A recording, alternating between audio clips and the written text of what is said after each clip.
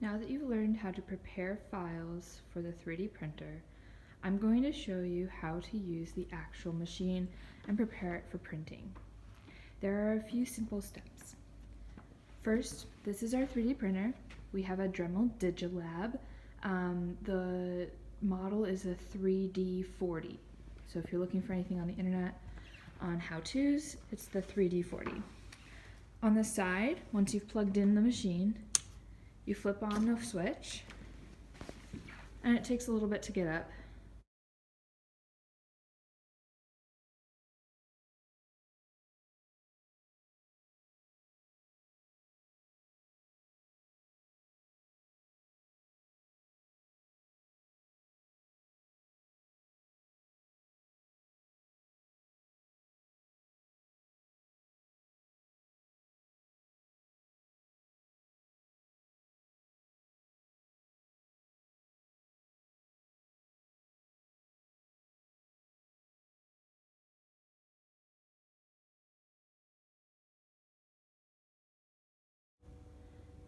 So I've used both my hands to lift this up. There are strong magnets, so you can't really do it with one hand.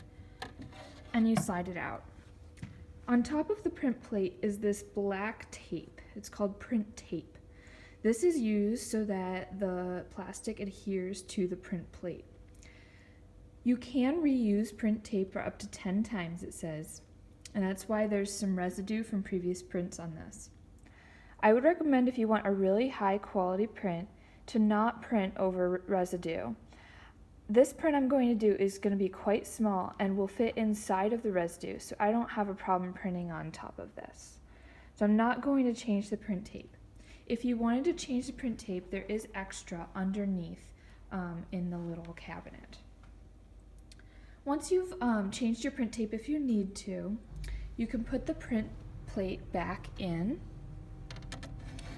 by sliding, and you want to make sure that it's underneath those little tabs, and then let it go down. Make sure you do clip it back into place. Next thing you have to do is make sure that the plate is level. So you're going to hit level here, and it will do its own little thing.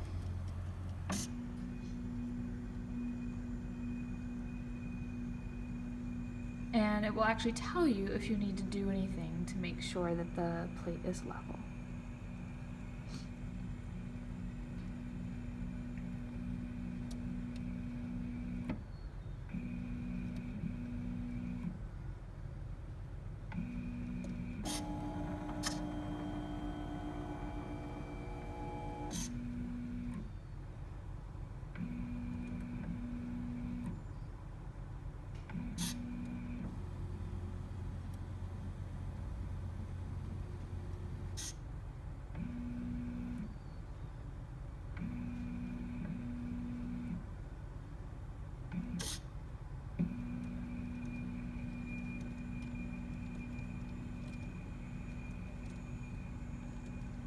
So now that it's down, it says that the level is completed. It means that we did not have to level it at all. If we needed it to be leveled, it would tell you to twist one of the two knobs underneath. Okay? But it has very good instructions to show you. The other options on this menu screen are build and filament. I haven't really used tools yet. There's really not much that you need to do here. You could preheat the machine. I would say you don't really need to use the tools menu. But build is where you're going to get your file, and then filament is our next step. So our next step is to load the filament. And this will kind of lead you through. You want to load the filament new every time you print, because unless you're printing one after another, because the filament needs to be stored in an airtight bag with desiccant packets. This type of filament is called polylactic acid, and polylactic acid will actually absorb water from the air, and it becomes more brittle when that happens. So we need to store this in a very particular way. And as you can see, I've had this filament in here since before we went online, and it's actually broken in 2 places. So we don't want to leave it in the machine. So I've changed the filament. I'm going to use this white filament. The reel goes in the left side here. There is a cover that you just twist and to take off. You want to find the end of the filament and make sure that it's coming out the bottom of the reel. You're going to stick the filament into this tube and feed it all the way through, and I'll come back to you when I've done that. Once you've fed the filament all the way through, you can put the reel on the spindle there. You can see it's coming out here. Now I'm going to put the cap on. And it's just very simple. In and twist. Righty-tighty, lefty-loosey. So now we're ready for the instructions on the front here. It says cut filament. Well, I already cut the filament.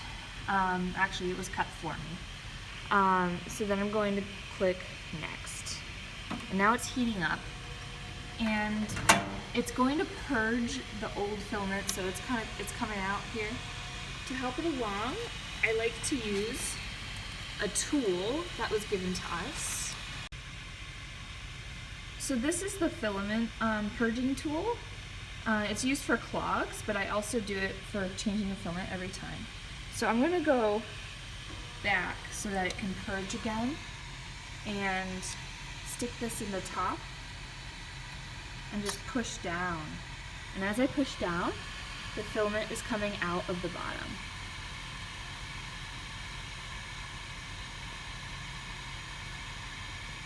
And just keep going, and I have to go back a little bit too. There we go. Okay, so now this went all the way down, and there's no more filament coming out the bottom. Okay, so now we have feed filament, and you have to pull the filament up from the tube, put it through this little plastic piece, and into the hole until it stops. Once you're done there, then you're going to press next. Now, this part is really important. You're going to apply downward pressure on the filament as it's feeding through to make sure that it comes out the other end. Sometimes you might need to do it a couple of times in order to get it all the way through. Actually, you usually have to do it more than a couple. So you just go back and do it again and again. You can use the back arrow. We're going to go next. And I'm applying pressure at the top here and feeding it through, and I look down at the bottom and I see that there's white filament coming through. So I'm going to press done.